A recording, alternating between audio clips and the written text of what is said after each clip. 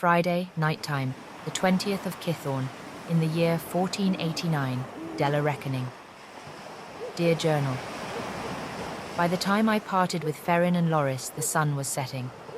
I rode Ziggy all the way back into town, and we made our way to the empty net bar and grill. Before entering the premises, I used my recently acquired talent to turn Ziggy into a raven, and tucked him gently beneath my cloak. I could feel my powers growing strong. It is an intoxicating feeling, and right now, intoxication was the next order of business. When I entered the tavern, it was already quite packed. The tall races build their watering holes in a manner fitting only to them, with no chairs, tables, or tankards befitting the small folk. I saw Guppy and Anathea sipping ale at one table, while OV was carousing around the tavern, already deep in his cups, loudly proclaiming that there is something suspicious about the new mines, and harassing a poor dwarf locksmith about it to no end.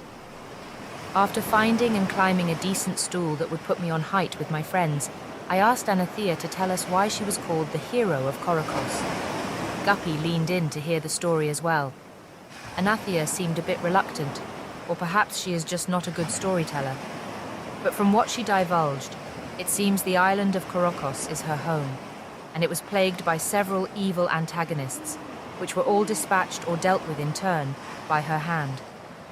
One of them, it seems, was a giant, monstrous serpent summoned by evil. She kept a tight lid on the other dangers she apparently saved her hometown from. She finished her story, then her drink, when suddenly OV approached us with Mr. Leondros, whom Anathea inquired about when we were dining together on the boat the previous day. The two of them stepped outside, not before Anathea covered her hood well over her head. It seems she was not all too happy about being recognized as the champion of Korokos. I do not know what got into me, but a tingling sensation in my gut told me I must follow them. While I don't possess any roguish trait, all halflings can be stealthy to a degree when they want to, especially around big folk. I was ducking between some crates and sent Ziggy to spy after the two as I focused on hearing and seeing through its eyes and ears. They were walking towards the dock, and Anathea seemed nervous. She actually started to look behind and actively scour the area, looking for voyeurs or spies. With a sigh, I used my divination powers, tugging and shifting on time and fate, making sure her effort would result in failure. When she was convinced they are not being followed or heard, she began interrogating Leondros about some source of malevolence, and much to my astonishment, the fisherman did his best to answer her. I was even more astonished when he mentioned the Tower of Xenopus, long destroyed by the Navy, on some tiny isle but a few hours from the town.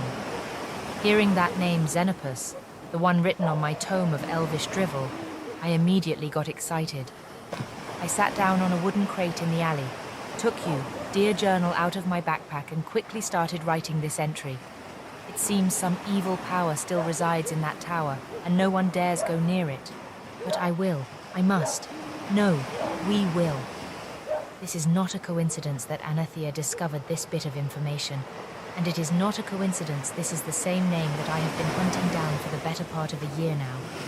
Nor is it mere chance that Ovi and I met Anathea and Guppy. All of this happened for a reason, and it has to do with my dreams.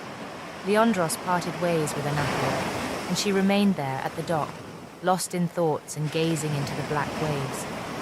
Her angelic Aasimar face, so beautiful with its otherworldly glow, seemed radiant in the moonlight, and for the first time I thought I saw a hint of sadness underneath that alabaster beauty. I wanted to go talk to her, but she was so lost in thoughts, I felt like I shouldn't disturb her.